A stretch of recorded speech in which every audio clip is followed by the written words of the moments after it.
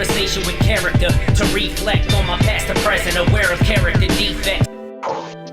I'm sorry. The passion, the power, the purpose of unwoven recovery, unity, service, 1 year token. The most prestigious network in the land. This is Characterized It. You already know Character Did It. I'm here with Anthony and Scorpion Consultant. Tell us about yourself, man. What do you do? Yeah, so appreciate the intro. Scorpions Consulting is the name of my business. And what I like to do is help people grow and whatever they need to grow in whenever it comes to their business, as well as helping them with wealth preservation. And what I mean by wealth preservation is helping people with financial literacy for the most part, and helping them approach some tax-free lifetime retirement vehicles. But yeah, that's a little bit about me in short. Okay. How old are you? Just turned 42. All right. This month of November. So the Scorpio, obviously, that's where my name of my business comes from. I'm kind of proud of that. And birthday's actually, I'm not shy about that. It's 11/11. So I feel like cool. On this earth to be like a portal opener. It's 11/11 means new beginnings for people if they don't know that. I see you got some fresh art in the background there. You're all about, is that 999 444 there? Yes, sir. That's some sick stuff. I love Thank that because I'm all about the doubles and the triples and numbers that are in synchronization like that. So it's a lot about my spirituality and who I am too. Yeah, no, it's kind of a thing that's people are realizing now. It's always been there. It's information that's always been there, but people are finally really embracing like it means something. I think Juice WRLD has something to do with people hearing it, but Absolutely. Yeah, my sister is really big into art too. Like her handle's Elena Dawn and Elena Dawn 33 actually. So go check her out too. But I know she's in that group that how we linked up in the. Yeah. I think I was talking to her the other day. Yeah, absolutely. Like she kind of reminds me about your style. Is that your own artwork back there? My daughter made it. Oh, nice. Yeah. Oh, sweet. How old's your daughter? She is 18. She turns 18 on Friday. So it's crazy when I meet people like my age or younger or whatever. How old are you? I'm 35. Okay, so yeah, that's what I'm saying, man. When I meet people that are like my age or younger, they already got 18-year-olds or college kids. I'm like, man, it's crazy. It's a long story, but that'll be another podcast. Yeah, I feel you. I don't have kids, so I missed out on that boat. I don't have any children that are in college either. So where are you from? So originally, kind of like born and raised in Las Vegas originally, but also spent a large amount of my adolescence years in Seattle, Washington, where my father was from. Large side of my family, my father's side of the family from out there. Mom's from Alabama, from the South, so a little bit of mixture of both worlds. That's a lot of worlds, actually. That's actually, yeah, it's a very interesting mixture, but it's very centric with my European heritage, I would say, with my ancestors coming from like Austria, Germany, and Switzerland mostly. And, so when I grew up in Washington, a lot of my family members went to University of Washington, the Huskies right now, got to represent the football team. We're in the college football playoff. That's a big part of who I am too. Right now, I'm the representative for the University of Washington Alumni Association, the chapter president for Las Vegas and for the Nevada chapter. So it was a big deal having the Pac-12 championship out here in Las Vegas. He had a huge outcome for a breakfast brunch. I met a lot of Hall of Fame players from the 1991. That's awesome. The 1991 national championship team. So that was awesome. Had a lot of people come through here, and we beat Oregon, so that was quite a festivity. And I'm a big college football fan because of that. It's like a traditional experience for me. Like, grew up playing sports my whole life. Get into that. I've been more of a baseball player my whole life. Do a little snowboarding for like more of like just a fun hobby. Never try to get competitive with it, but I do get competitive with anything I do when it comes to sports. It's like going down the hill Mach 10, like that's just something like I feel like you probably, with just the way you look, you probably snowboarded or something, right? A little bit. Yeah, I can kind of see that. So yeah, I mean, like, like that adrenaline rush you get when you're doing something. Sure, bro. That was me growing up. I got my adrenaline from cars. I was a street racer when I was a kid. Nice. That's what's up. So what'd you go to college for? University of Washington, I actually graduated in Russian studies. So Russian language, literature, culture, linguistics, and history. I did not expect that. I did not. Well, so you see like these medals in the background and some of the stuff up here, like that's a lot of like stuff from when I played in the Russian baseball team. We won the 2021 Roy Hobbs tournament out in Florida. These guys come out to Florida every year. We do a tournament, and those relationships I created back in the day when I was in college, and actually lived in Moscow, Russia as an English teacher directly after college. So I used my college degree immediately after I graduated. I had a job already lined up before. What year was that? I met those guys in like 2008 when I started studying Russian. Okay. And obviously I had like a Russian girlfriend, and how it kind of like even tenfolded like at the time how I got more into it. And then I started playing ball over there in like 2010, and that whole summer I did pretty well, and I made some really great relationships over there. And then the next year they offered to pay me to come back, and I got the English job teaching English over there before I even graduated, and that was easy to find work. But the second year I was there, I found an even better English job, and I started teaching CEOs and directors of like international companies, and taught those people one-on-one. And like my biggest clientele over there was people from Cartier, like the jewelry company. Okay. They're like a Swiss watch company, and like they're like mostly centered in Geneva, but their flagship station is actually like the flagship store is right there in Kremlin, right next to like the Kremlin Moscow like center. Yeah. So some really, really awesome people there, very That's crazy.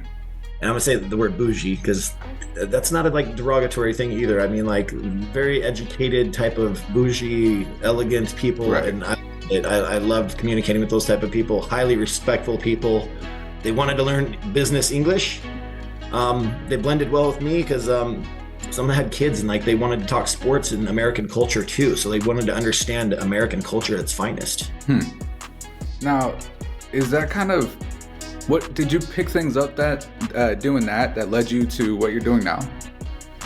Absolutely. I think 100% of that is relative to what I'm doing now, because actually that's a very interesting question, because for the longest time I was like, gosh, it's like how did that like get to like where I'm at now? Like there was like a period of time like when I moved back to America, and I felt like a lot of it was like a big waste, as in like learning Russian, and like what am I going to do with that now? Because like teaching English in Moscow, I actually made a killing over there. Like some of my clientele was great. Like I had a bank owner that had me come over to his house, and they had so much money. They were throwing me like thousands of dollars just for 8 hours of like, it was like a nanny type of babysitter type of thing, like with their 10-year-old. But they particularly headhunted me.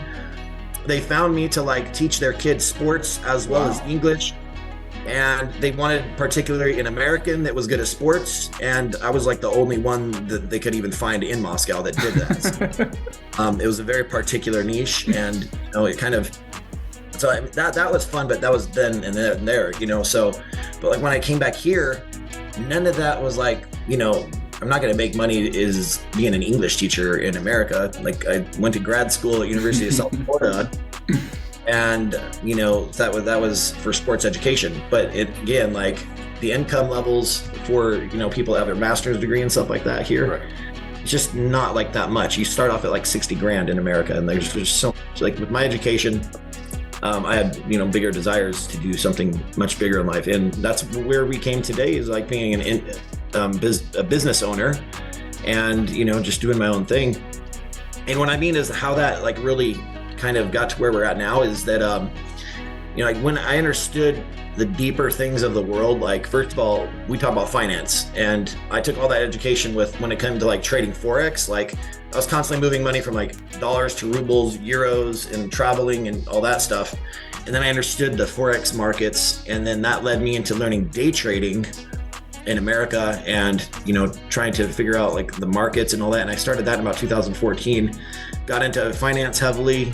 My grandpa was a large influencer when it came to that in my childhood, because I saw him doing stock market stuff, and he was writing down all the trades and like all the prices for all the Dow 30, like every 15 minutes almost on the radio. Back then is how they did it in the 80s. So he taught me a lot about like the Warren Buffett styles of finance and, like rule number 1, don't lose money, stuff like that. And I've implemented a lot of those theories into what I do now. So, learning how money works around the world, also with day trading and like, SEC filings, it's really important to understand that type of stuff on the back end in finance in the world, like, World Economic Forum, stuff like that. And finding out like also where the dirty money is, like, you uncover the paper trails of, where the evil money is working as well in the world. And you'll understand why the world is what it is today. And that might be another lesson. Yeah, I was good. Do you want to get more into that, man? Hey, if you want to get into more of that, please. Totally, tell me more about that. Sure. Just go ahead and ask away. I'll take your lead. I don't even know what to ask with that. When you follow that kind of money, and you have a financial grasp on finances that I'm not anywhere near. So, what do you find when you go follow the money? So if you want me to like go crazy and off the deep end here a little bit, Let's go. It's like some people like say it's conspiracies or whatever, but you know what? Like I always tell people, it's only conspiracy because like, that's what the government wants to like make up that word and whatnot. But like, money doesn't lie. Right. Paper trails don't lie. You can't make that type of stuff up. So like, I'm going to throw somebody under the bus here, like a name like George Soros, but like we all know that that guy's evil. Yeah. And the thing is, I live in Las Vegas. So that Las Vegas shooting that happened back in 2017, I found on the SEC filings that he shorted it and he bought a bunch of put options on MGM stock like 3 weeks before it happened. So that's the kind of stuff that I'm talking about right there, of like my education and where it got to me where I'm at and how understanding how the world is. Because so yeah, he pretty much bet against the MGM stock 3 weeks before that happened. That cannot be a coincidence because everything could be coincidental, but like those type of things are not coincidental whenever it comes to like who that person is, how many countries he's ruined, how he's bet against like Britain back in the day and how he like almost destroyed the British pound. That's a whole nother story, but like I'm not going to go off of that. But it's just like when you find little things like that, you understand that's literally what's happening. And there's no punishment for this type of stuff though. There's been, no criminal file, there's just no justice there. So that's again, it's about like the politics of the world and just how it all works really. So if that makes sense. No, absolutely, man. Absolutely. But how, once you have that deep understanding and you realize, you can't do anything about it. They'll never do anything about it. It'll never change. At some point, do you end up playing part, not anything on that scale or that evil or whatever, but like, does that change the way that you do business and the way that you handle your finances? Yeah, in some perspective, yes. So absolutely, because so I used to day trade and like, in and out quick is definitely, something that can be very positive. And, if you scroll down on my Instagram, I have a whole bunch of bangers back in the day. Excuse me. When I used to find 100% bangers all the time. And, I got away from the risky, crazy stuff now. So now I'm not too big on investing like hard money into volatile assets. And that 100% attributes to what I do now, because now I'm away from anything that's risky, anything that's volatile. And cryptocurrency is probably the most riskiest and most volatile that you can find. That doesn't mean that like, I don't think it's like wrong to like diversify a little bit if they have that luxury. Because I know that, blockchain is, very evident for some future with like, everything's like digitized now. Right. So there's no I would say there's no argument to say that that's not the future. But the thing is, again, Bitcoin, Ethereum, and like XRP, stuff like that. It's going to be volatile, and there's no guarantee that ever will be like the one for the future. There's a lot of great arguments for it. But again, like what I do for my clients is we play safe, we do safe money, we do wealth preservation. So what I learned about all that stock market stuff and then the crypto stuff, I've played all that stuff, and it came down to like one thing. I never want to be responsible for any one of my clients ever losing money. Ever. And that's like because when it comes to transparency, as well as like what I can do for clients, I never want to have that phone call on the receiving end saying, I lost $100,000. Like, this is like your fault. Like, I don't ever want to be that guy. So, my goal is to protect people, and that's why it's wealth preservation. And what I do with that is not just finances. I try to help people also with like their cybersecurity, stuff like that, just to set up the basics from the beginning as well, and like help them set up their budget. I got sheets for that and all that type of stuff, A to Z pretty much. And that's where consulting comes in hand, instead of just, like a one trick pony focused on just one little thing. When did you start consulting? So I opened a consulting LLC, or Scorpions Consulting LLC last year in 2022. So that's kind of the directions I was headed towards for a while anyways, because whenever I started doing more wealth preservation, life insurance type of stuff, annuities, and like more long-term asset protection models, I got into the the whole business development side of things. And then when I got my own LLC, that was all to preserve my own wealth, as in like being tax-free. So everything became like learning even more of like how to protect finances and how to get tax write-offs. And whenever you start learning how to save in taxes, which is literally the financial goal for anybody, it always should be. If you're making money, you have to be aware of what tax bracket you're in and how many taxes you're going to pay, stuff like that. So whenever I was able to see how much money I could actually save and write off just being a business owner, it's like now where I live now, everything is 100% under my business name. So I don't have any type of personal liability towards that. And not only that, it's a write-off, 100% of where I live, because I work from home. Sure. It's all write-off. So, understanding that part in perspective and like trying to help others do the same thing, because really I'm a big believer in, to be able to help people, you have to have done it already yourself. So I'd say that's where the consulting thing came in from, because a lot of that also got to do with legal stuff. And when it comes to legalities, we also talk about the LLCs and stuff like that. And, that's where a lot of other business owners, like they have businesses, but they don't know, or they're not aware of how to take advantage of a lot of the, like I would just say the benefits in general of how to protect their assets at a higher level. They just know the basics because they're all focused on their business and how to actually make money in their business. They don't actually focus on how the business can actually work for them. Now, I can tell that you feel a personal attachment to your clients. It's very important to you. What are some success stories? What are some, some stories I know kind of get you up in the morning?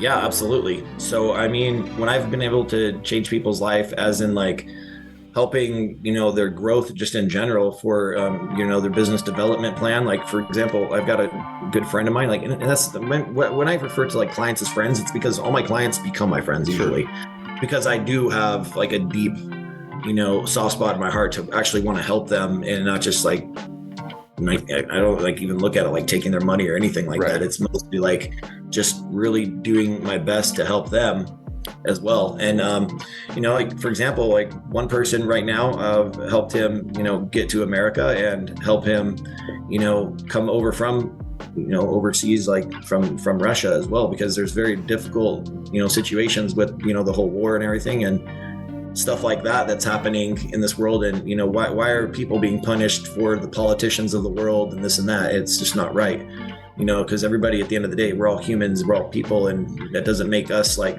just because of nationality or race or color of skin or anything, that does not have anything to do with, people trying to be good people or trying to help other people. So, seeing his success as well with business development has really inspired me too, because it's not just me. I can't take all the credit for anybody's success either. I'm just somebody that can try to help give people knowledge, and so they can be on the road to success as well. So humbly want to just say also, like, I inspire people like that and help them, get on their journey as well. But helping him get his business going in America, before he's even got citizenship locked down is probably a great success story right there. And, seeing him develop and progress, and I'm still watching him grow. So that's great. And then, I have other clients as well that, have been able to preserve their capital, as in saving millions of dollars. And when it comes to the wealth preservation and retirement, as in they, got scared last year, and with all this volatility in the market, they're like, oh my God, I don't know where to put the money, because they want to buy houses, they want to buy real estate, but then now the rates are high. And that's not really a great option at this, point for, buying a house with, unless they're getting really low percentage interest rates. And that just doesn't exist right now. So there's other options out there for wealth preservation, people that have a nice bag and they can put it in a place for nice little guarantee of, 5 to 6, 7% every year with a rate of return. And I try to teach people, I call it the 7 pillars of financial literacy, and it starts with just safety. Safety, number one, is always got to be important. You want to, again, Warren Buffett, rule number 1, don't lose money. Rule number 2, apply rule number 1. And then rule number 2 would be liquidity. Make sure you have access to your finances. Make sure you have access to liquidity, and, make sure you can get it somewhere, and don't have it locked down to where it's, for an emergency and whatnot. Have an emergency 6-month plan as well. And rate of return, you want to be aware of your rate of return, what you're going to get in that market. And you want to limit your risks on the rate of return. So, if the rate of return is going to be high, I guarantee that risk is also going to be high as well. Sure. So you want to find something that's even as low risk, decent reward, and again, wealth preservation. So number 4, you want to have awareness of taxes, how any type of move is going to affect you in taxes for long-term, short-term, and medium-term and whatnot. So anytime you do taxes, you move money around this year, how that's going to affect this year's taxes or next year's taxes. And then, of course, how that's going to affect your age bracket, the progress, whatever. It depends on everybody's age, where they're at. That's why it's, not a one-trick pony, as in, something that's going to be suitable for everybody. Everything's unique about what I do, for everybody's unique individual situation. And then, of course, number 5 would be a fee thing. I don't work on fee basis like a mutual fund or a 401k operator, or money manager, somebody these, money management companies that are on TV every second, or that work with the stock market, because those guys could care less if you make money or lose money. They're making money either way on a monthly basis. Right. And it's like that. One of my favorite books is Tony Robbins' Money Master the Game. So anybody's listening, Money Master the Game by Tony Robbins is a great vehicle to learn on that. It's a book I've got on repeat. It is 27 hours long on Audible. Wow. But you can imagine how much powerful content is in there. Tony Robbins worked his whole life and working in a 401k company originally. So, he talks about how bad the 401ks are now, and how you can actually make money on the upside, participate on the upside, and not have to worry about the downside participation, because you won't participate on that. So things about what do you do there. Back to the 7 pillars. So number 6 would be diversification. Like I already mentioned, you want to make sure you're diversified in all of those assets. Anything that you do, try to spread it around a little bit. Don't ever go all in one thing. Obviously, there's people that are going to get into crypto, that are going to do stocks, they're going to day trade. Everybody loves the, instant gratification. Sure. And that's why my Instagram really started popping up. It was all about the day trading. Everybody loved that, because I used to have 100% bangers that I was putting out there any day. I couldn't miss for such a long time. And that's the thing, I got away from that, when my dad passed away, because I just didn't have the time to do it. And then I kind of shifted into this, less risky asset class stuff whenever, I got back into it with, just too many family things going on to ever get back into the day trading like that. And then, of course, number 7 would be, of course, just have a good business model for your own self, for your own business. Create a cash flow asset class. You want to have some type of cash flow asset income, and that's probably the most important thing first, before you even apply all those investment pillars to investment ideas. Because if you don't have cash flow income, you really can't do any of that stuff anyways. So that's what people always forget. People always trying to flash this thing, these great ideas on Instagram or TikTok, like, hey, do this, you're going to make so much money. It's always just a flash in a pan. It's like, most of it's just for content, what people don't understand. Absolutely. Right. So, I mean, yeah, that's why cash flow income is always the number one most important thing. Because if you don't have that, why are you investing? Like, take care of the short term, make sure you can pay your bills month to month first. And then you can start investing and spreading your, diversification in your portfolio from there, So I hope that makes sense to No, it does. It does. And coming from a guy who doesn't understand a lot about it, I understood everything you said. So you put it the right way. Yeah, if you have any more questions about that, I could get deeper. Yeah, shoot away. Next question. Well, what are some of the biggest obstacles that you see business owners dealing with when you meet them? Oh, that's a great question, man. I have to think about that for a second. So, I mean, I would just say that most are just not educated in the taxes. Because, I mean, first of all, and I'm clarified too, I'm not a CPA. Right. I'm a wealth preservation guy. Do I have a great CPA on my side? Absolutely. Can I recommend other people to him? Absolutely.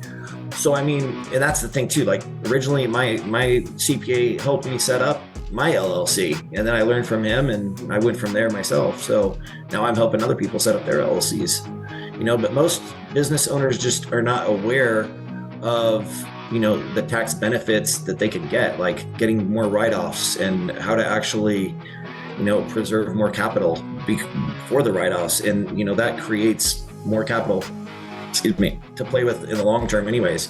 So if you can save more taxes annually, you're going to save more that you can compound, traditionally every year as well. And it's got to do with the whole compounding effect, because the more you can save every year, if you compound that and every year, it just adds up, later on years, those kind of multiply tenfold, and it's a compound effect that really works.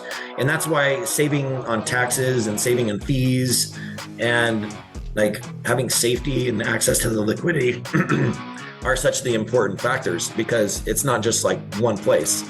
If you can apply all those rules and save every dollar wherever you can, and be frugal at the same time, 10 years from now, I mean, you always have to think of 10 years forward, what the mindset is what's it? That great actor, he always talks, is it Matthew McConaughey? He always talks about who his hero is. And I even posted a little reel on that. And he said, his hero is himself 10 years from now. He's never going to meet his hero. He's going to always try to be his hero 10 years from now, where his goals are, and what he wants to be 10 years from now is always who he wants to meet, because he's never going to actually meet that person, because he's never going to be able to catch that person. Right. But he always wants to inspire to try to be somebody that's got his goals 10 years forward. And that was an amazing quote, I thought, so. Yeah, I love that.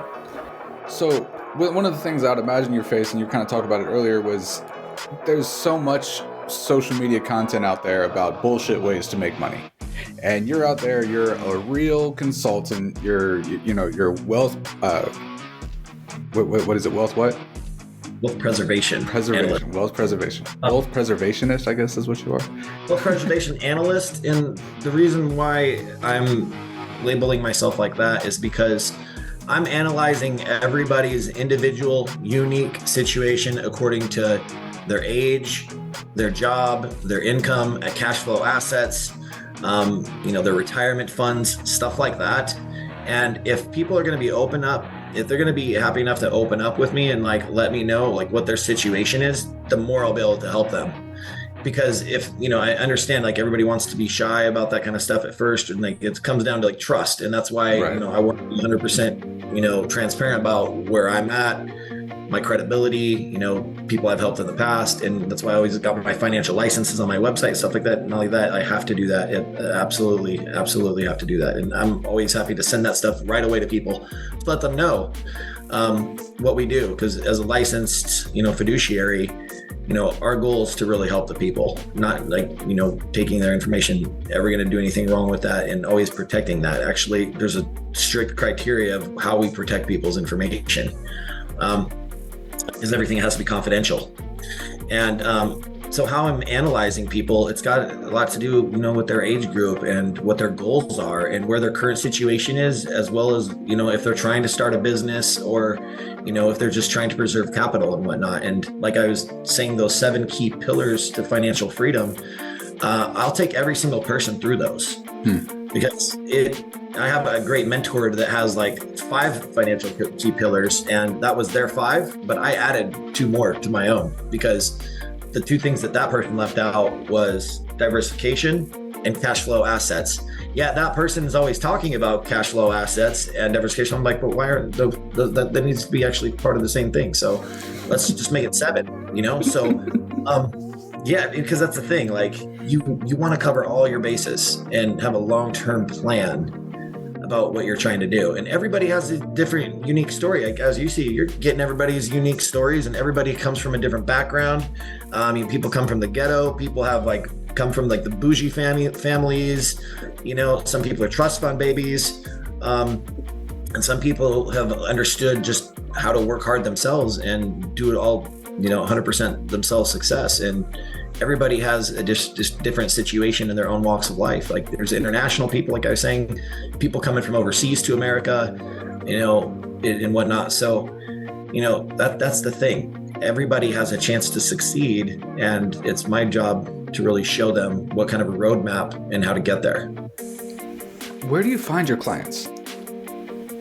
So most of it is word of mouth, actually. And I keep so busy with just like that. I don't really advertise too much. Because I've been blessed to have a lot of clients, they either find me on Instagram or they've just followed me for years, or, they're friends of other friends, and, referrals. Referrals are always the best because that's where I've gotten the majority of my own clients, or just whenever I'm out and about meeting people, I give my business card out. And so there's like a little bit of an art in how I do that too, because one other big side of my consulting is doing how kind of where we cross paths. It was a little bit of my marketing type of stuff that I'm doing with business development. So as we ever covered, like wealth preservation analyst, business development marketing is like another big thing of what I'm doing. So I have a digital business card.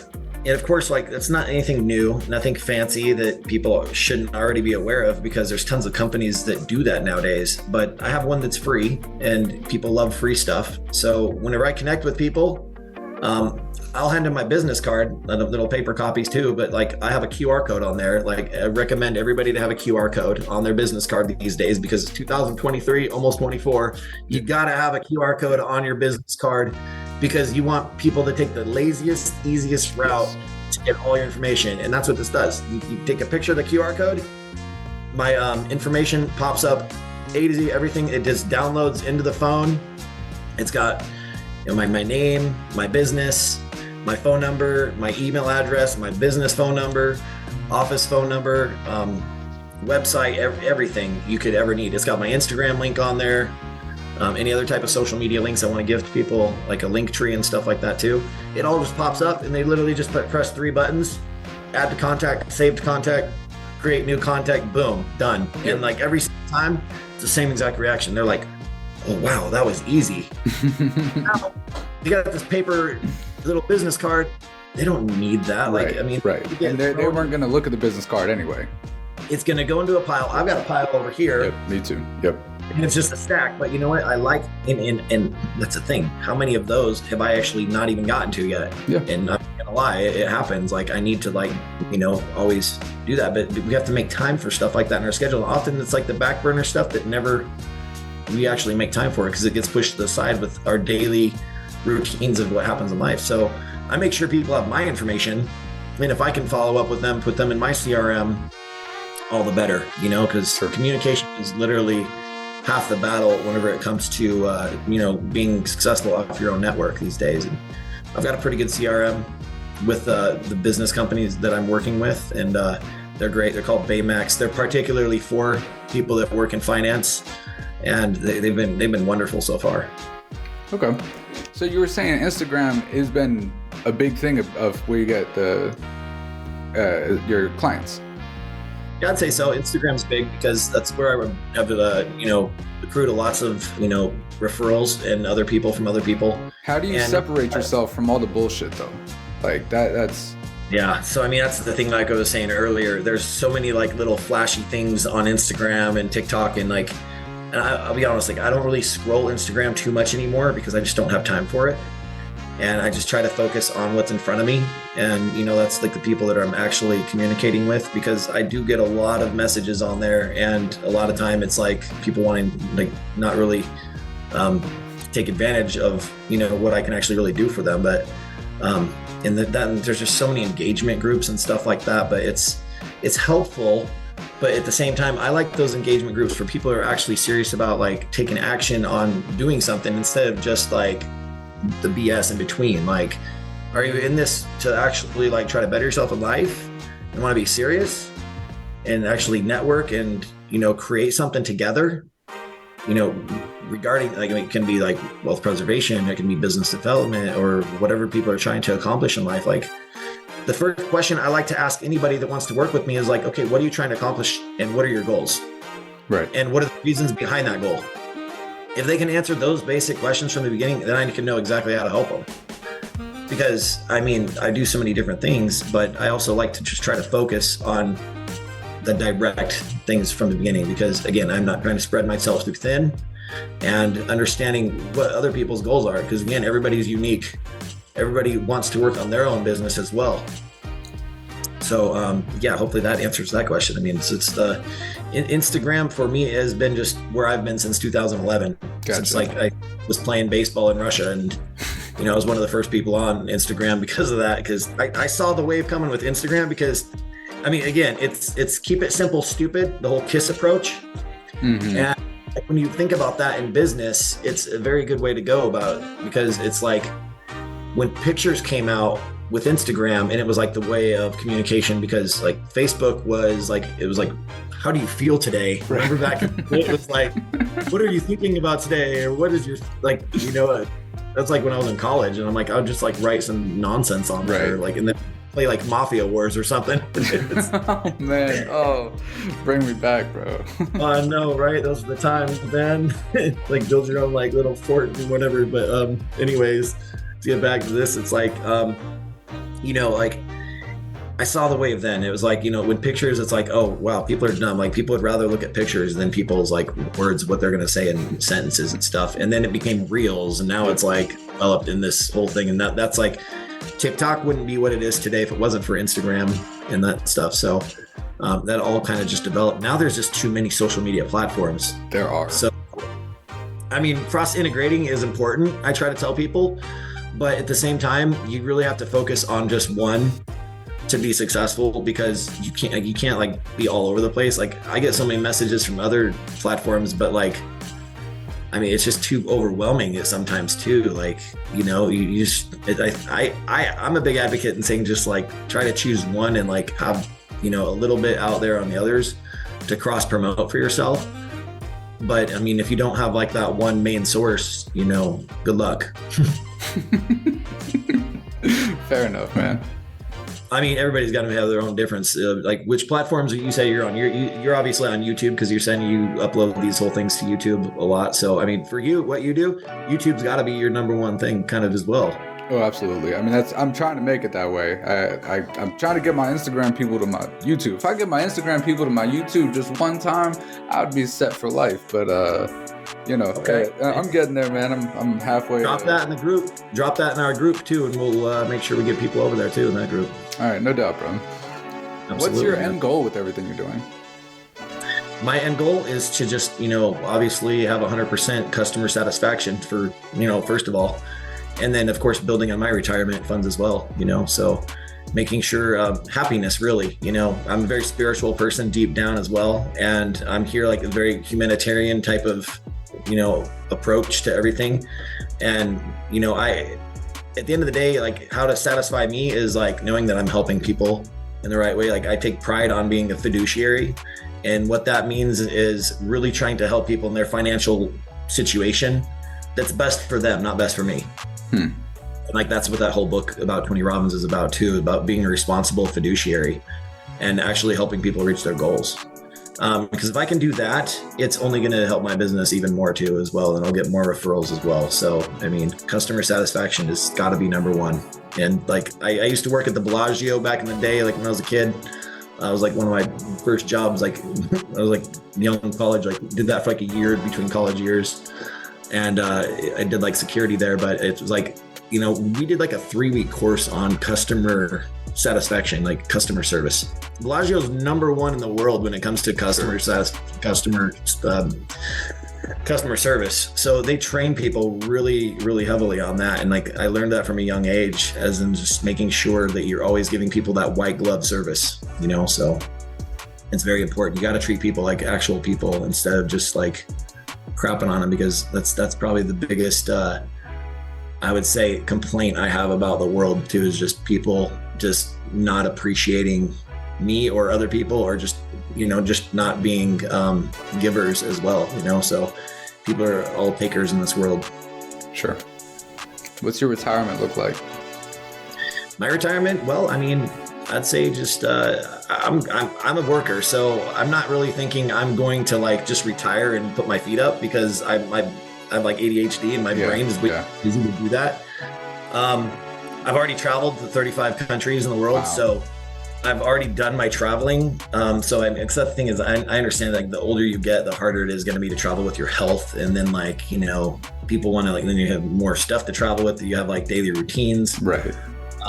You know, I would love to just like always help people, and I'll probably be just retiring like around like 60, like most people, like, you know, probably a little bit earlier than, you know, the majority of like the worker people that have like 401k, that like they're not getting pensions till then. Because with me working in finance, I can control my own retirements. So, I mean, you know, build, keep compounding until I actually hit that button, is like saying, you know, all that stuff that I've compounding now is going to start paying me back with the retirement funds. So I'm looking at about age 60 is what I would like to do. Because I mean, I don't want to retire too young. Right. We've also done the math, and like people that retire and they actually work for a couple more extra years, it will actually really pay like tenfold on the back end as well. And that's a lot of the stuff that I teach people. Whenever the people that are reliant on pensions and whatnot, if they can actually push their working years back a couple years, you know, it will make the latter years even more comfortable. But again, I'm a busy mind, so right. You know, and right now I'm single, not married, no kids, so I don't really have anything else to do. If that happens, then maybe I'll retire a little bit earlier. So, you know, I mean, no, I get that, man. I get that. I like to communicate with people, so you might as well make money in the meantime, you know, like just do what you can to provide a service for people in this world. For sure. No, I can see it. It's like a spark in you, man. You love this. Right. And to mention like something else I'm trying to work on right now, like one of my clients is a pilot. He's a flight instructor as well. So I've done 2 lessons with him on his simulator, so like my next goal is to become a pilot. That's so awesome. I would say like in retirement, I would like to like maybe become a pilot or like a flight instructor myself for other people. Like maybe that's what I would like do in my retirement more, because it's more relaxing. Sure. It's like more realistic. It's like you're in nature. Something about being in the air and like flying, I've always enjoyed. Like, again, like one of my earlier jobs, I used to work for an airline when I was like 18 years old. So understand a lot about aviation a little bit. Like my family worked at Boeing, being up from Seattle a lot. So I've always loved airplanes and aviation, and you know, the movies Top Gun and stuff. And I would say something about just being in the air. It's like such a peaceful thing to be able to do.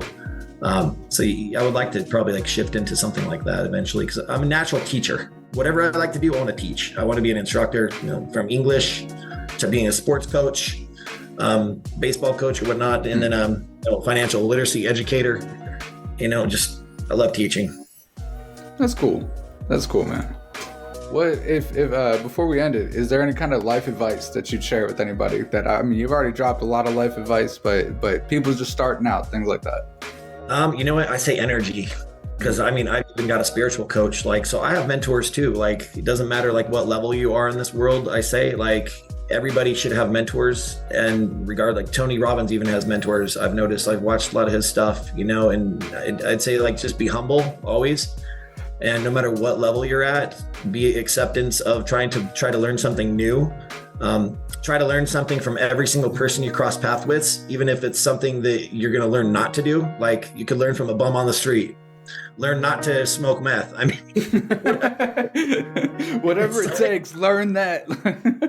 you know what I mean? Like either way, like look at people's lifestyle, what you can learn from every single person out there, because every single person has their own walk. And, but also like I just say, like, try to be optimistic, positive, because a lot more energy comes out of that.